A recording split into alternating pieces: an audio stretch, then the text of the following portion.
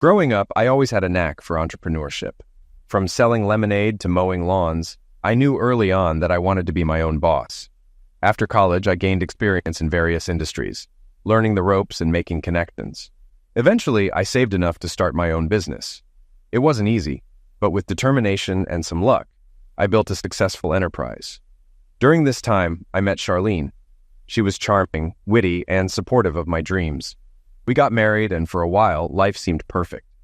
Charlene chose not to work, focusing on our home and our 2 daughters.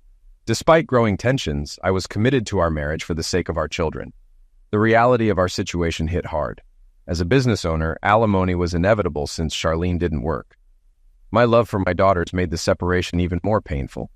Charlene could claim half of my business as part of the alimony, leaving me with just 30% of my earnings.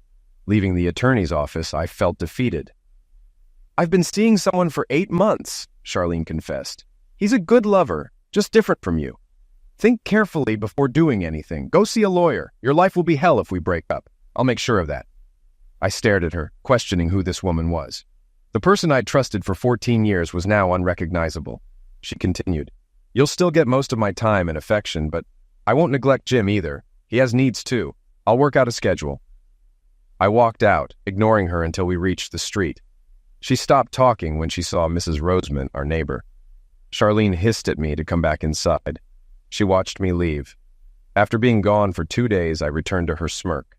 The girls, now 13 and 11, were thrilled to see me. I loved them until they went to bed. After seeing the lawyer, I decided to stay out of the way. Charlene brought me a beer once the girls were asleep. I put it on the table. "I'll never drink anything she gives me again," I muttered. "Glad you came to your senses," she said smugly. "We'll live the same as before. I'll have a date one weekend and come home late, but I won't worry the girls." I cut her off with my rehearsed speech. "Who says I've come to my senses? Here's the deal. I'll stay for the next 4 years until Marissa turns 18, then I'll leave. Darcy might come with me. Either way, I'll be gone." I paused and continued before she could respond. "Sloppy seconds are in my past. Even if you dumped him tomorrow, I wouldn't share a bed with you. I don't sleep with cheaters. I'm moving into a spare bedroom and won't discuss it further. I won't stay celibate, but I won't pursue anyone. If someone offers, I won't refuse, unless she's married. Also, get a job or have your lover pay for your needs. The girls will get what they want, but no extra money will go into our joint account." She looked pale and furious. "You idiot. I still love you and want to share a bed. This is ridiculous. Things will stay the same. Now get ready for bed. If things don't work out with your mistress, remember you'll be popular at Patterson in Maine." On the corner of our street, men gathered to find dates. She ran to the bedroom. I waited a few minutes and opened the door. She was on the phone, startled when I snatched it. "Hey, I have your number. I'll get your address soon. Maybe we'll talk about what we have in common. Don't worry. I won't hurt you. You won't want her knowing she'll cheat on her lover." He hung up, and I pocketed the phone. The girls showed up, noticing the cracked door frame. "Oh, that door's been sticking. I'll fix it tomorrow. Go to bed." Charlene said nothing. As she tried to go in, I stopped her. "I'll keep your phone until tomorrow and check your account on the computer." "Good night," she hissed. "Good luck. My accounts are locked up tighter than Fort Knox." I grinned, knowing she forgot the keystroke logger on the computer. Once the kids were old enough, I activated it. Soon, I had all her emails, search terms, and purchases. She was stupid beyond belief. He worked as a permit checker for the county, meeting Charlene when she got a permit for my workshop. Flirting led to lunches and more. I locked up the printouts, sent photos and videos to my office computer, and went to bed, surprisingly sleeping well. I woke up, made breakfast while the girls chatted about school, boys, and music. Marissa, 13, was starting to develop, and boys noticed. We let her walk with groups supervised by a parent. Darcy, 11, was too young for outings but had plenty of supervised socializing. Between sports, dance, band, and drama club, the car was always on the move. They discussed classes when I dropped the first bombshell. "Sorry, girls, I have new responsibilities at work, so Mom will be your main chauffeur for a while. Since she's not working, she can handle it, right?" I said, addressing my daughters. Charlene shot me a deadly look and told the girls, "You might have to ride with friends sometimes." "Why? What's so important that you'd leave your kids on their own? You have all morning, don't you, girls?" I asked. The girls quickly agreed with me. "Yeah, Carol's mom is creepy and Jenny's dad stares at us. Please, Mom," they pleaded.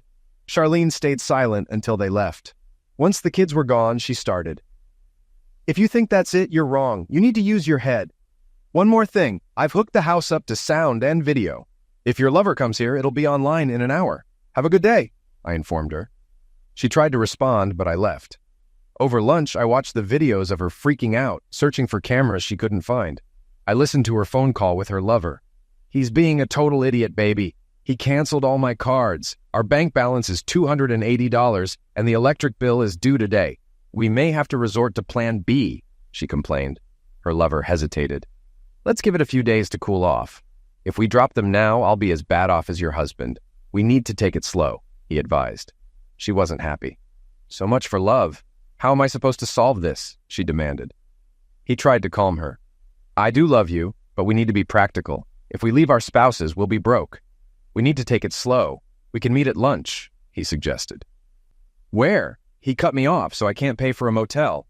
Let's do it at your place, she proposed. Not a good idea. He says the house is wired.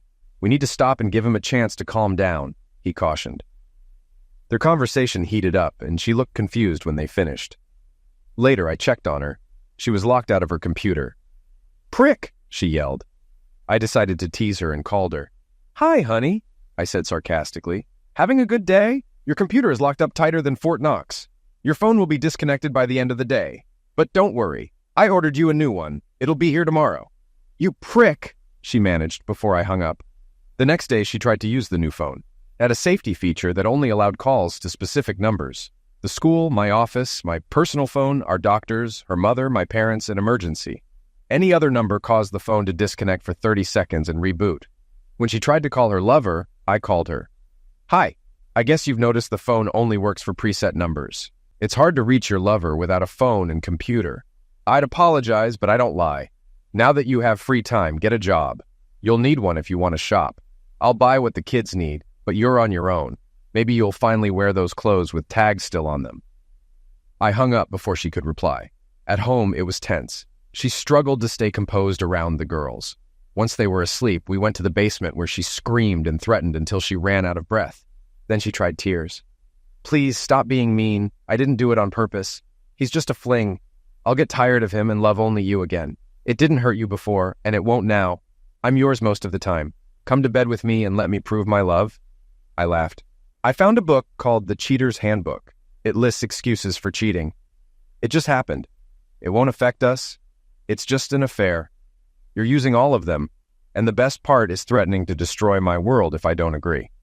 I watched her emotions shift. Before she could speak, I continued. If I agree to your terms, I pay the bills and do everything a spouse does while you have fun. As a businessman, that's not appealing.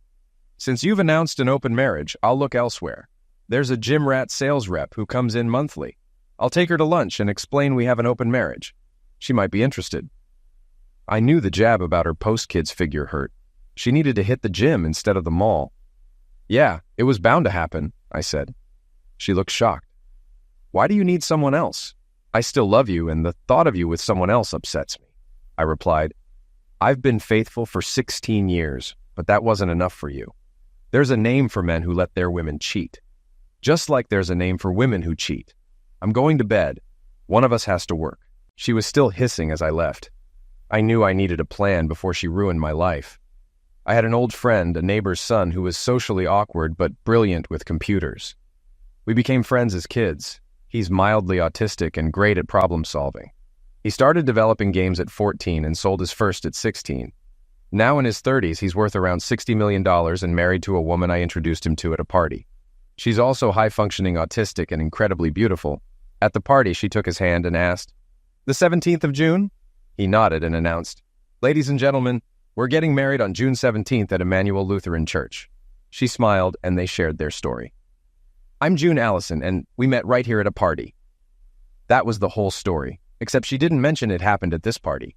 She told him what kind of ring she wanted, and the next day, he gave her a credit card. They've been together for 8 years, and their daughter is 7. My girls loved her like a little sister. It wasn't unusual to come home to a Lexus SUV in the driveway and see Shauna waiting in the kitchen talking to Charlie. She'd always brighten up and smirk at me. Shauna was an attractive black woman, ex-military with 2 combat tours, and held black belts in 3 disciplines. She was also on a local law enforcement pistol team and won trophies regularly. She used to work for me but was often bored. One day, June came by unannounced to discuss a social event, and Shanna kept her company while I was in a meeting. By the time I was done, I had lost an employee. Shanna moved into a small apartment at June and Harry's mansion. Though Harry and June were wealthy, they didn't go out much.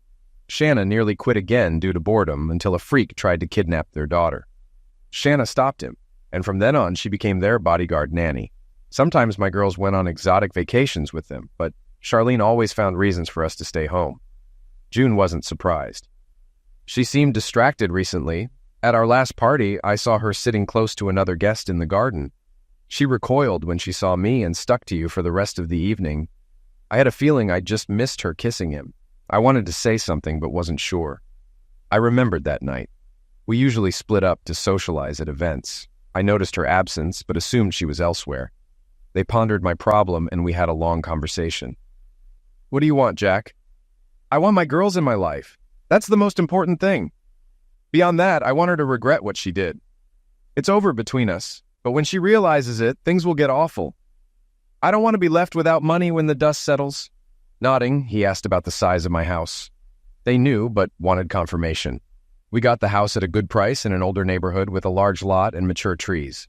We bought it for about 60% of its value because the owner, an elderly lady, wanted enough to live comfortably in a retirement home. We bought it when the girls were very young and it was their only home. For 5 years, we spent all our money restoring it. Now it was worth twice what we put into it. Charlie loved it and would do anything to keep it. After our divorce, he asked about the basement. We had left it alone, planning to renovate it later for the girls. It was about 1,100 square feet. "Remodel it, Jack. Make it a nice apartment with a separate driveway and wiring. It'll be autonomous from the rest of the house. If you divorce, you'll have your own home and full access to the kids. How can she object? Your lives will be separate, and you'll only see her if you want to. No sane judge would object, especially with children involved." Why didn't I think of that? Because I'm a regular guy, not a genius with a sky-high IQ. Shanna offered another option. "I can kick her back, kick his rear, and mess up their lives in ways you can't imagine. It won't trace back to you." Wow, that's intense. If I go that route, it'll get really ugly. "Let's go with plan C. I don't mind her suffering a bit, but she's the mother of my kids. We'll try this first." "Okay." She didn't like it, but agreed, then went to check on the kids. "She's got a crush on you, Jack. Be careful. Now that you're about to be single, she's thinking about all sorts of things." I looked at June in surprise. I had no idea Shanna had feelings for me. The house was in my name, as I was the sole earner when we bought it. After consulting contractors and architects, I chose the best renovation plan. On my lawyer's advice, I gave Charlie an allowance for lunches and shopping. I also had her Mercedes fitted with GPS and an anti-theft system that let me disable the engine remotely. I noticed her lunches were getting longer, with visits to her lover's house. One day, I tracked her with the GPS and shut off the car near his place. She called me in a panic. "Jack, the car stalled and won't start. I'm stuck," she said, clearly distressed. "Where are you?" I asked, forcing her to admit she was across town. "I was going to Beverly's. I left my bag in her car," she responded. "Isn't Beverly at work?" I questioned. "Yes, but she left the bag in the garage," she explained, trying to cover her tracks. "Try starting the car again, Charlie. It'll probably start right up," I suggested. She drove 5 blocks before it stalled again. When she called back, I told her to get home. She eventually realized what was happening. Later, I recorded her screaming tirade, which hurt our daughter Marissa deeply. Things calmed down afterward. When she asked about the basement, I said, "It's time to set it up for the girls," making her think I agreed with her lifestyle. She used her money to buy a phone, which I bugged. Trouble was brewing. They were planning to leave their spouses and live in my house, with me paying most of the bills. My actions confused their plans. "Maybe we should call it off for a while. He's not reacting as we'd hoped, and I'm afraid he'll do something drastic," she suggested to her lover. He scoffed. "He's weak. You have control because of the kids. He won't do anything to hurt them," he replied dismissively. "Maybe not them, but us for sure. He can be ruthless. He hasn't done anything drastic yet, but you're different. You have a public job. A county official having an affair with a local businessman's wife is newsworthy. If it gets out, you'll be fired. How would you explain it to your wife? Have you told her you're leaving her?" There was a long silence. She continued. I thought you were a man. Tell her before my husband does. He'll analyze everything and hit you where it hurts most. I don't want to see you for at least a month. We both need to think, and I need to repair my relationship with my husband. If we break up, I want him to be as forgiving as possible. He'll be fair, especially with the girls. A month. I'll call you when I'm ready to talk. I had a month to finalize my plans. I set up a meeting with the county commission chairman, a longtime business partner of my father. We met at an upscale steakhouse. After ensuring he was well fed and had a few drinks, I brought up business. I'm thinking of moving my business, Fred. Hanover County has been offering great tax incentives and has suitable vacant buildings. Fred frowned. The thought of 89 jobs leaving his district was concerning, especially after my recent expansion had added 30 employees. This wouldn't look good, especially in an election year. Why? Why would you want to do that? The county has always had a good relationship with you. I don't know what to say, Jack. Given the economy, we likely can't offer any concessions, Fred said, clearly taken aback. I don't need concessions, Fred. I need to rezone my property for expansion, and I don't think it will be easy, especially with permits, I replied, laying out my concerns. Why? The rezoning ads are out, and there have been no objections. It should be a rubber stamp process. What makes you think permits will be a problem? Fred asked, sounding puzzled. Your permit and zoning manager is sleeping with my wife and knows that I know, I stated bluntly. Fred looked deflated. The potential scandal would impact all county departments, especially with our local investigative reporter on the case. Are you sure? Fred asked, hoping it wasn't true. I have video and audio of him in lewd behavior with my wife in his office. Indecent conduct during work hours on county property, I confirmed. What do you want? Fred asked, resigned to the situation. His job. Other than that, nothing for now. I have house remodeling plans that need approval without his knowledge, I specified. I'll arrange for him to attend a training seminar for 3 days. Is that enough time? Fred proposed. That will work, Fred. After the election, I'll expose this. You have time to find an excuse to get rid of him before then, I concluded. Our relationship changed forever. He would now dread my calls. The seminar happened, and I got the contractor to handle the paperwork. Work began the next day. Charlie didn't show much interest, likely preoccupied with other concerns. She tried to rekindle our relationship, claiming boredom and feeling unattractive, but made no excuses for her behavior. What will you do when the girls grow up and leave? Instead of ruining our marriage, you could have volunteered, joined a book club, or gotten a job. But you chose an affair. How's that working out? I won't touch you. Our relationship is dying. Think about life after marriage because it will happen. She ran out in tears. Over the next weeks, she became a model wife and mother. We even went to Disney as a family, which the girls and Charlie enjoyed. The only tension was at bedtime. I made it clear we wouldn't share a bed. She hinted at divorce, so I handed her the separation papers, avoiding a confrontation. I took the girls to the park, explaining that their mother and I were separating, and I was moving to a new apartment in the basement. They cried, but calmed down when I promised they could decorate their new room. When we got home, I sent the girls to check their room. Charlie met me at the door, screaming so loudly that the neighbors called the police. Following my lawyer's advice, I stayed outside and showed the police a copy of the divorce papers.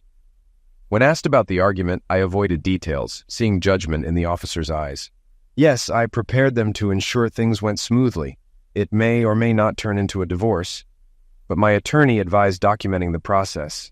And while you can't ask, this is about infidelity. Hers, not mine. I can show you videos and pictures if needed. The officer glanced at Charlie, who was turning red. So what? That doesn't mean he can abandon me and our children, Charlie protested. Officer, would you mind? I asked, leading her around the house and unlocking the gate I had installed. Charlie demanded to come too, but the officer asked her to stay outside for a moment. I showed her the apartment. She was impressed until we saw the girls huddled on the bed crying. They rushed into my arms and I comforted them. Shh, Mommy's just having a bad day. She's calmer now, right, officer? I said soothingly. The officer nodded and smiled at the girls. Your dad is right. She's much calmer. Your dad and I will talk to her to make sure she says goodbye properly. Outside, the officer spoke to me. You must feel awful, but you did the right thing for your girls. Always put them first.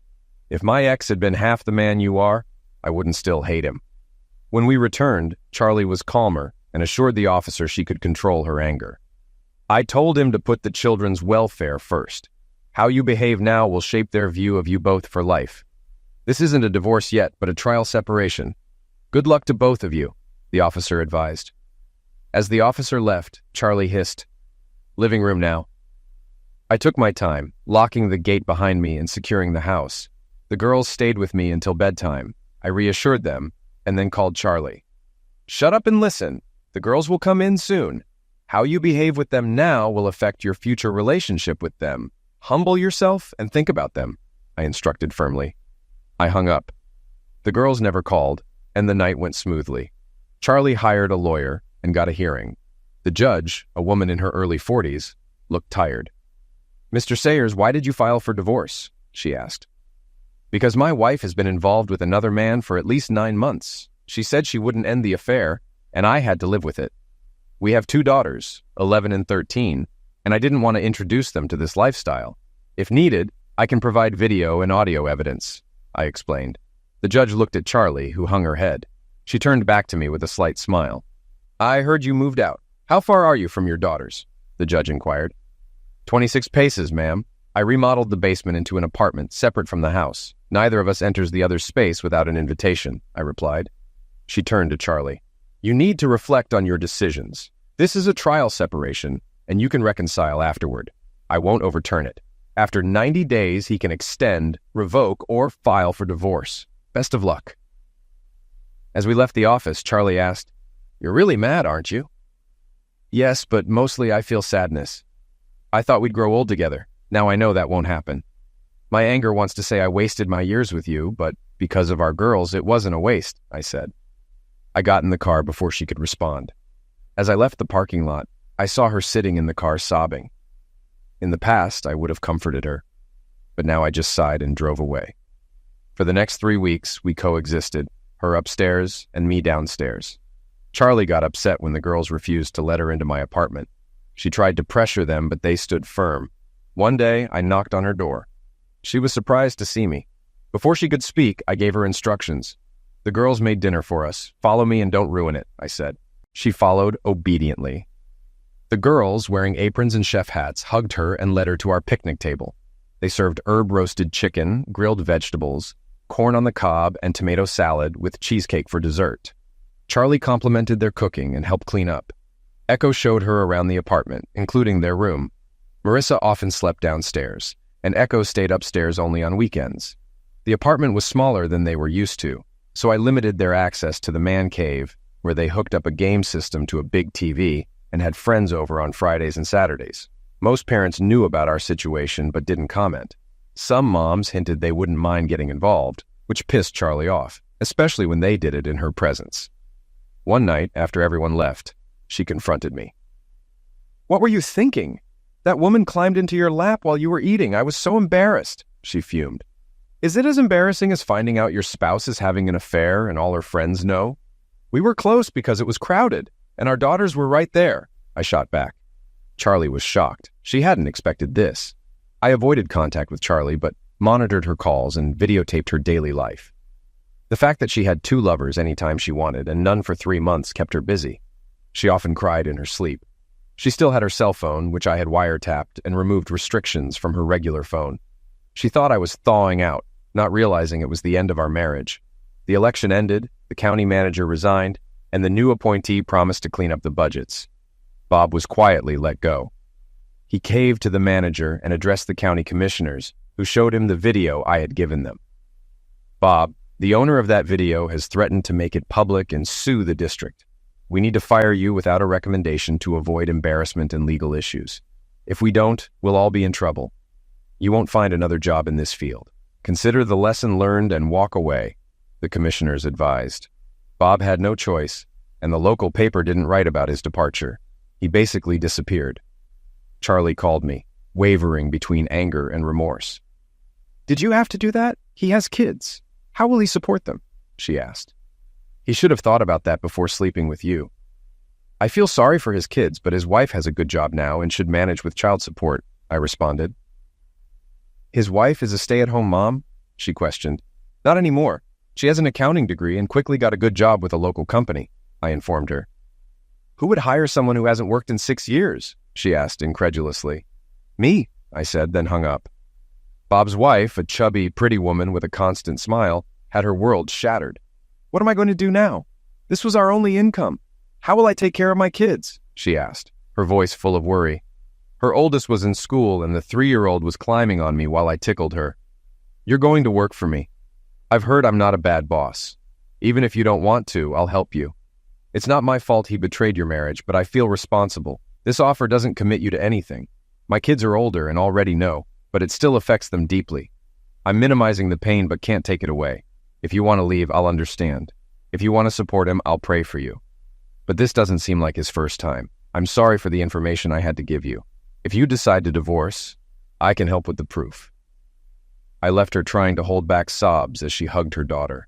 She called me 3 days later, voice tight. He wasn't going to tell me he got fired or about the cheating until I confronted him. I thought he would stike me, so I told him, "Go ahead. The bruises will make it easy to get a restraining order and send you to jail." He ran out, and I haven't seen him since. He doesn't have any money because I cleared the accounts. You told me what was happening and it wasn't done out of spite. Well, not much anyway.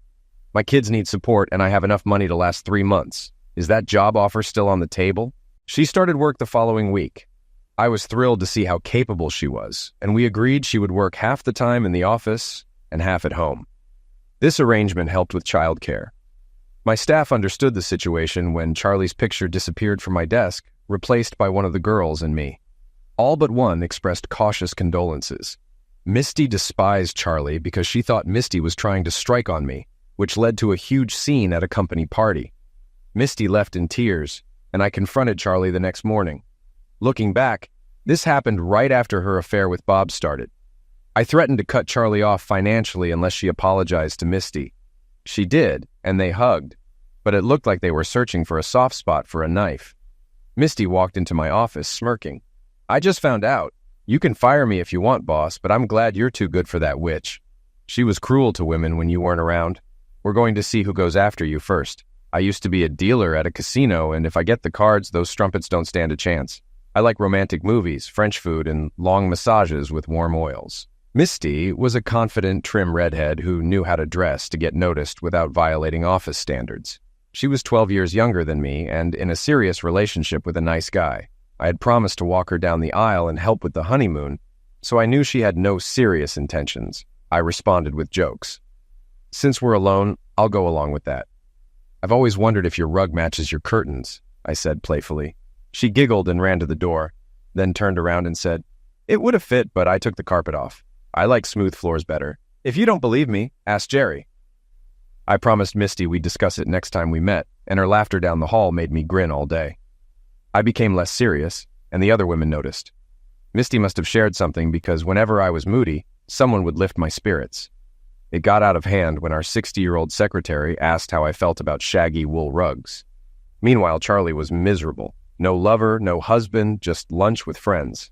After I nearly ruined her best friend's marriage by revealing that the friend allowed Charlie to use her house for the affair, her friends distanced themselves. A month later, I found Charlie on her knees, begging to talk.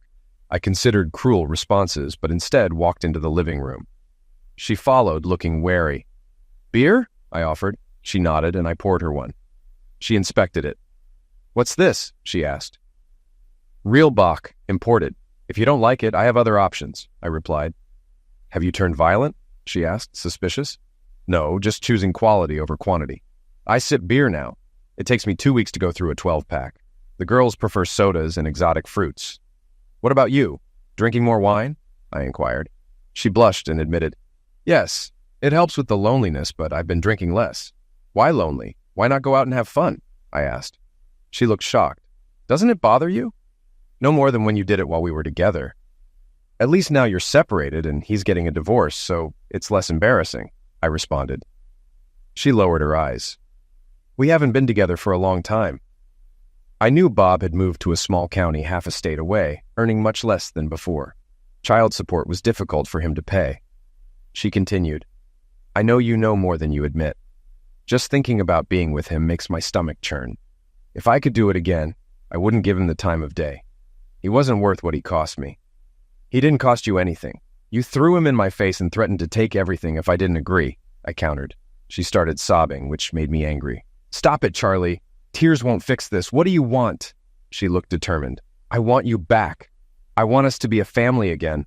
I want to feel loved, not empty. I know my promises mean nothing, but please give me a chance to make amends. She sighed and stood up. Think about it.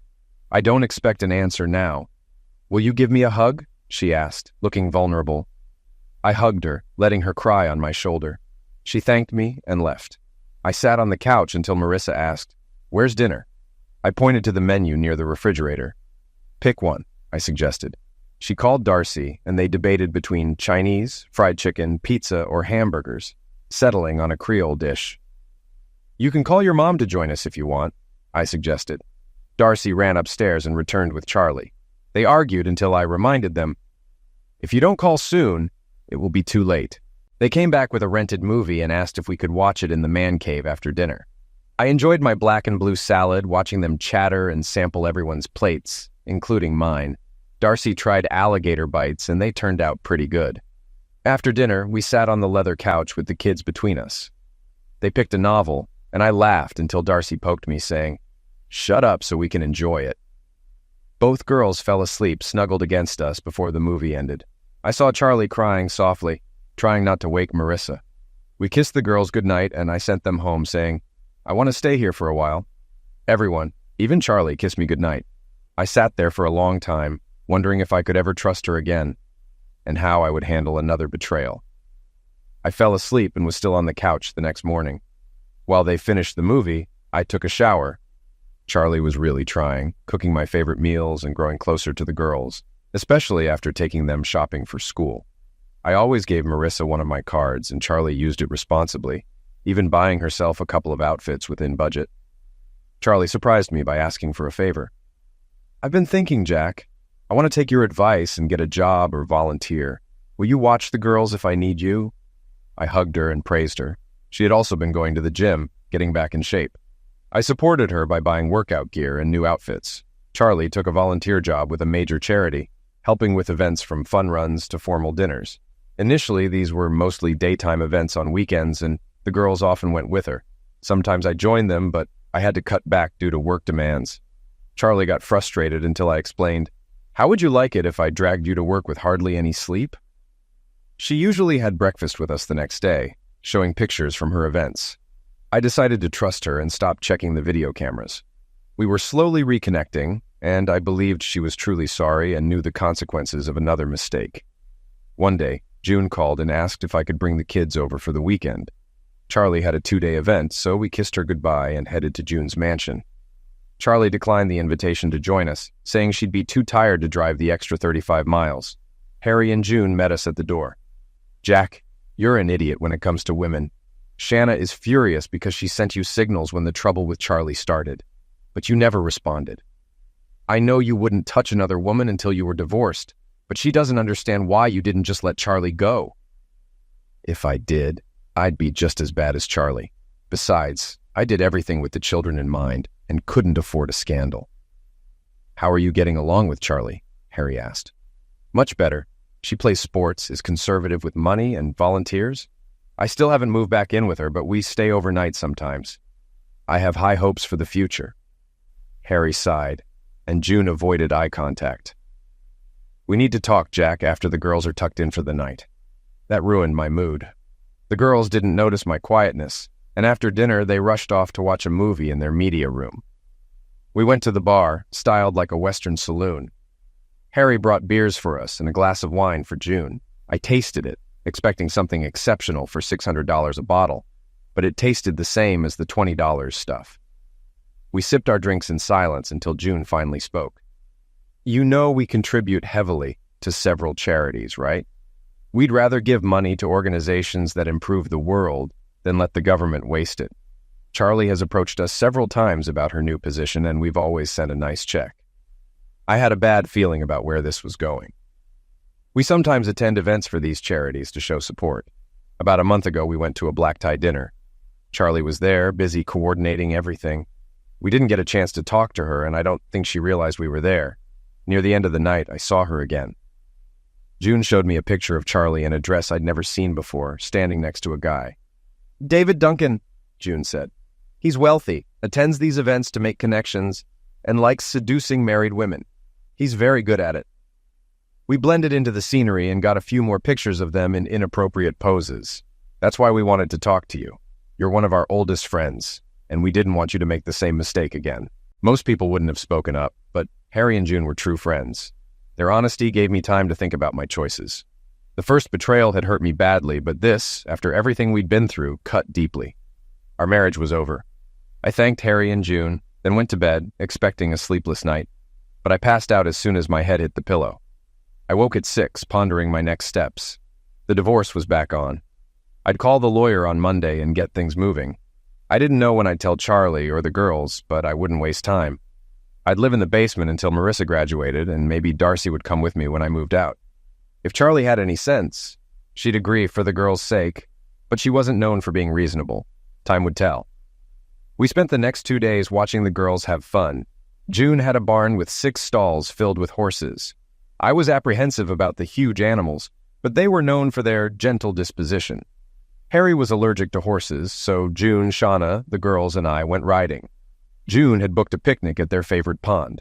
Harry met us with fishing rods, and I fished for a few hours before heading back. The pond was well stocked, and we practiced catch and release, enjoying the fight the base gave us before gently returning them to the water. While we were fishing, we talked business. I owed my company to Harry and June. It all started when I built a unique shower wall for June to help with her dry skin. As a civil engineer specializing in water systems, I created a wall with protruding nozzles that pulsed and vibrated, delivering soap, water, and lotion. The water pressure, temperature, vibration intensity, and lotion warmth were controlled by a touchscreen with programmable settings for each family member. The shower wall was a hit with June and her friends, leading to 7 orders. Harry helped me patent the design and set up a company. We rented a small industrial building, hired 2 workers, and installed the walls in custom bathrooms. Our wealthy clients loved them, and soon we were catering to actors, sports figures, singers, and even 2 former first ladies. 5-star hotels started installing them in luxury suites, and sports teams requested large units for locker rooms. Harry ensured we got international patents, and we successfully sued companies in France and Portugal for infringement. When I decided to shield the company from Charlie's influence after the divorce, I sold it to Harry, making a nice profit. I continued working there as a manager with a good salary.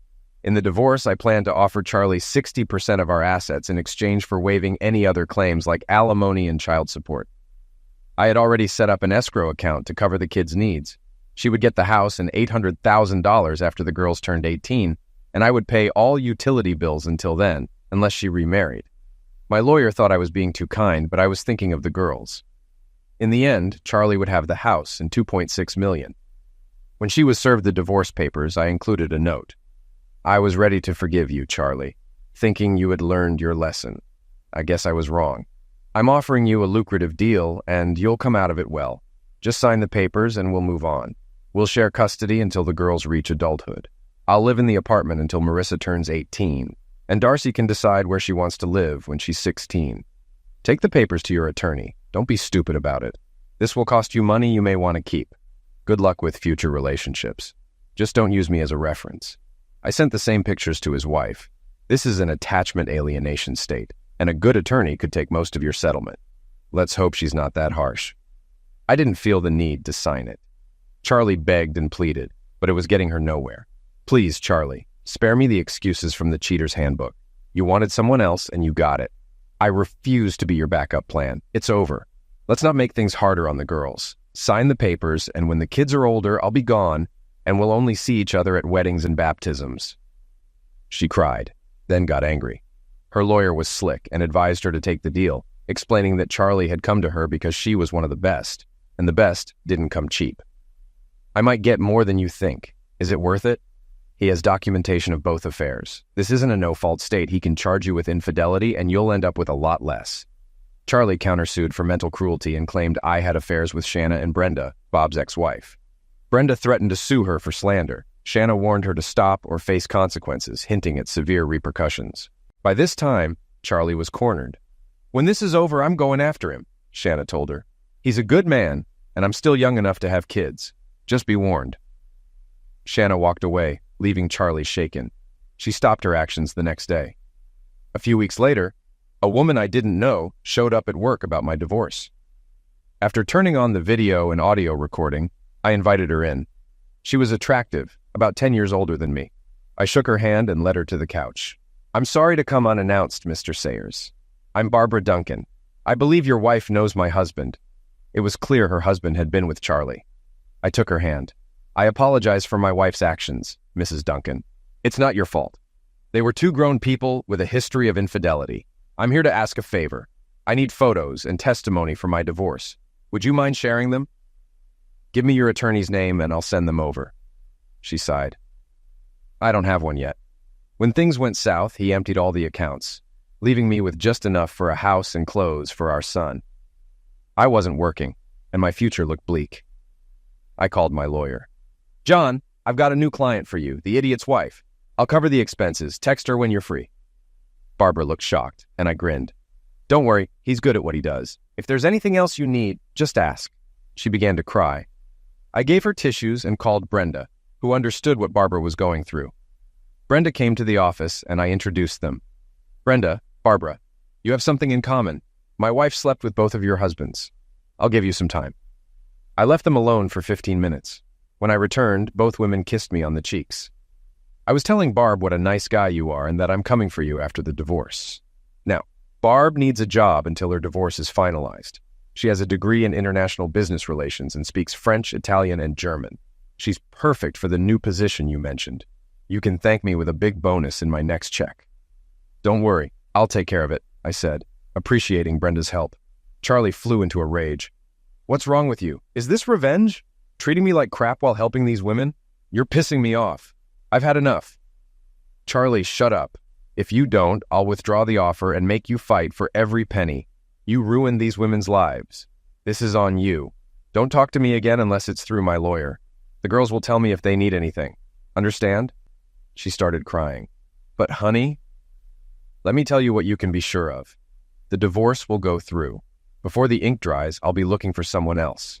The girls need a positive role model. Go ruin another marriage or two. When you're done, send the women to me, and I'll help them. Goodbye, Charlie." And I mean that literally. My rage startled her. She backed into a corner, silent.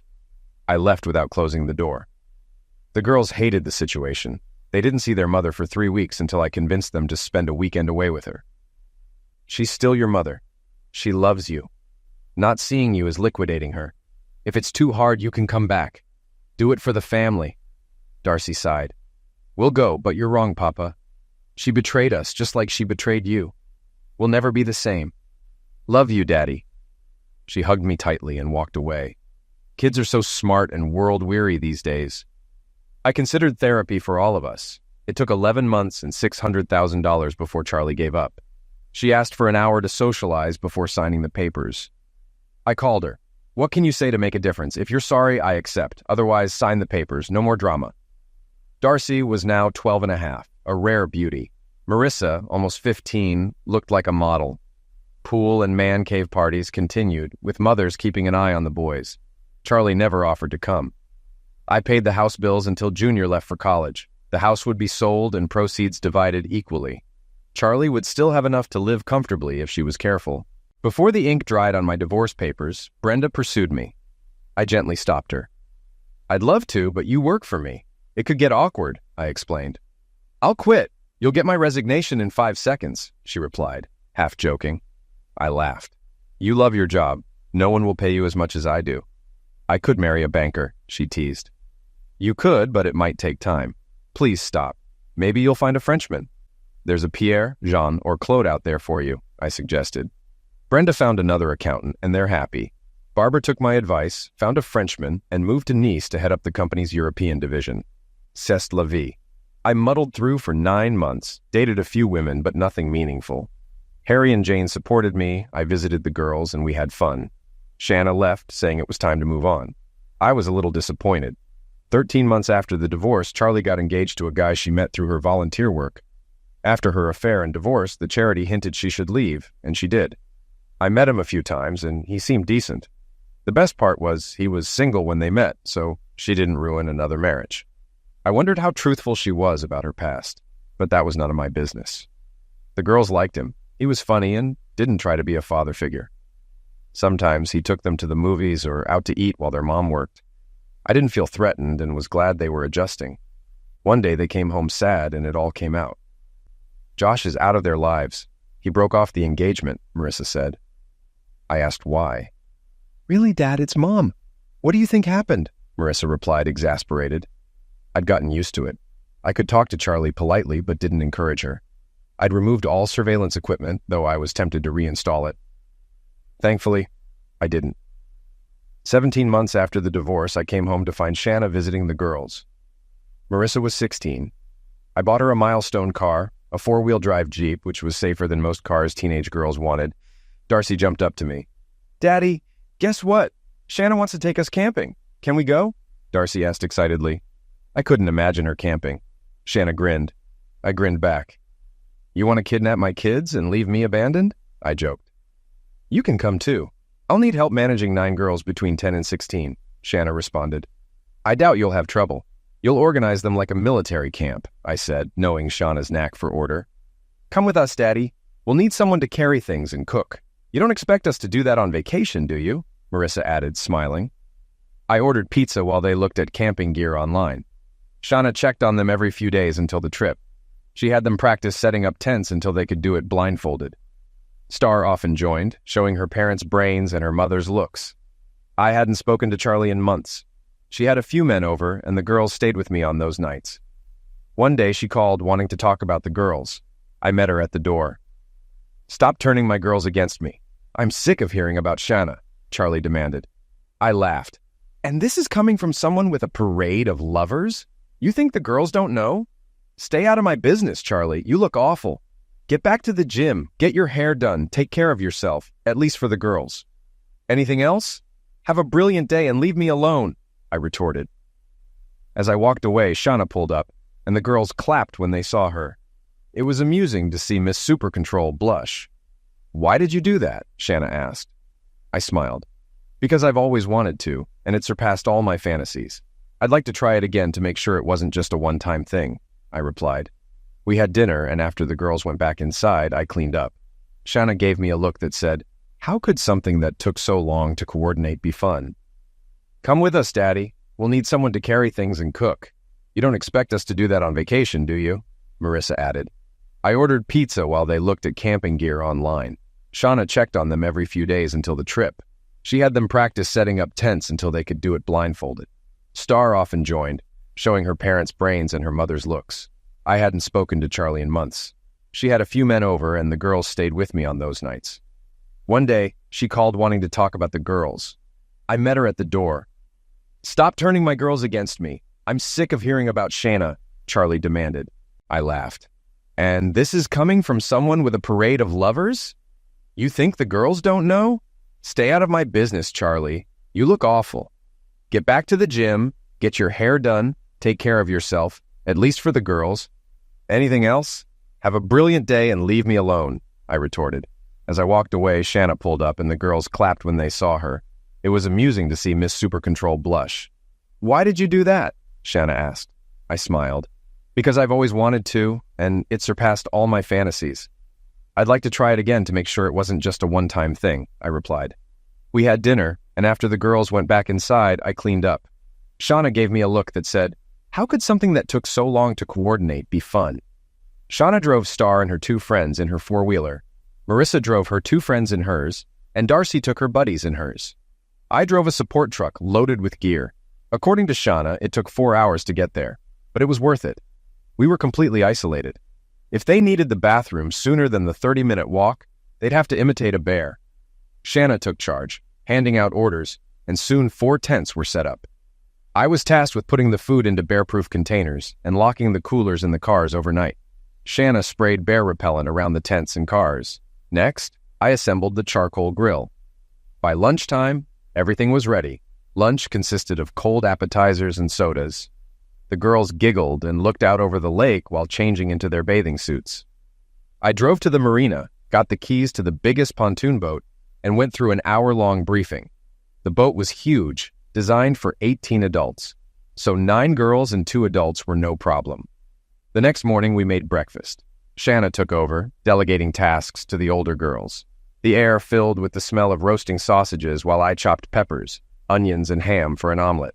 Shauna used a large cast-iron skillet to make delicious buckwheat pancakes with fresh blueberries. We all ate until we were full, then cleaned up, making it look like we'd never been there. Shauna took the girls fishing, teaching each one how to fish. Everyone caught something, and we took endless pictures. The girls hinted they wanted to visit stores like Academy or Dick's soon. We lazed around until lunchtime, then headed back to the marina.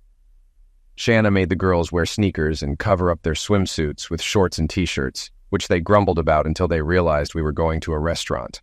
We had Italian food, sharing plates of spaghetti, ravioli, and meatballs. We walked down to the piers to admire the boats. The girls squealed when they saw the big boat was for them and boarded it, groaning when Shauna made them put on life jackets. "We have a student driver," she said, grinning. "Best not to take any chances." We slowly rocked the boat until everyone was comfortable. The girls just laughed and had fun.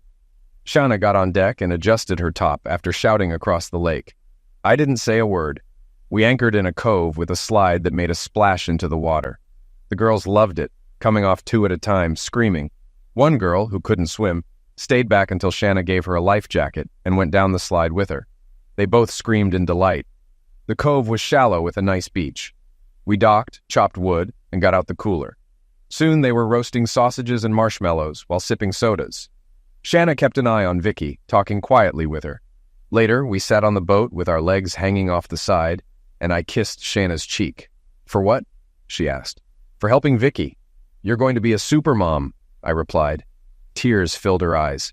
She jumped into the water and swam away, returning later. I helped her untangle the girls and clean up. "Did I offend you? If so, I apologize," I said, concerned. She shook her head and smiled faintly. "No, you didn't offend me. It's just... no one has ever said that to me before." "Thank you," she replied softly. She stroked my cheek. "You didn't say anything wrong.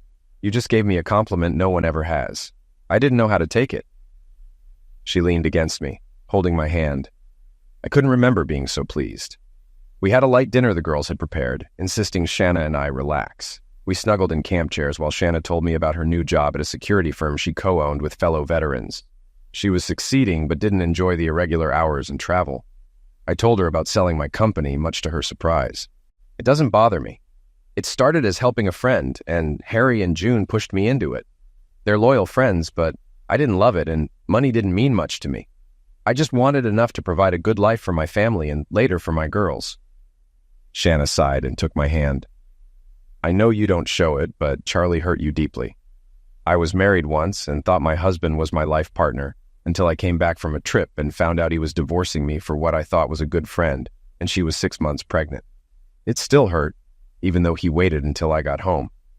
I was shocked, as she had never mentioned this before. It made me sad, but I understood pain management thanks to Charlie. We lay in the chairs until dinner was served. I was glad my girls knew how to use the grill, as most of the others were clueless. Shauna and I did the dishes while the girls sang around the fire. It was nice sitting in the dark with no one else around. The girls wanted a pontoon boat as a combined birthday gift, and I didn't resist the suggestion. I realized I was the happiest I had been in a long time and fell asleep with a smile.